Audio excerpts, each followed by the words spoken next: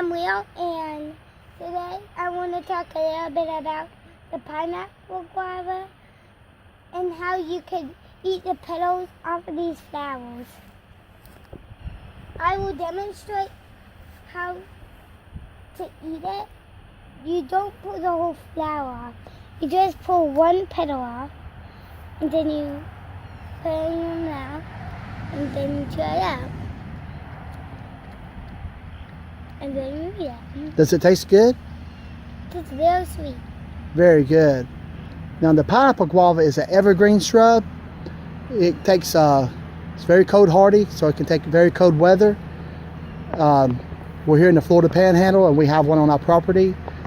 And like Will pointed out, it's a very tasty flower petal. And as you can see closely under the flower petal, you can see a fruit forming. So if you just eat the petals, then you're not going to hurt the fruit, and bees and other things can pollinate it. Well, bye.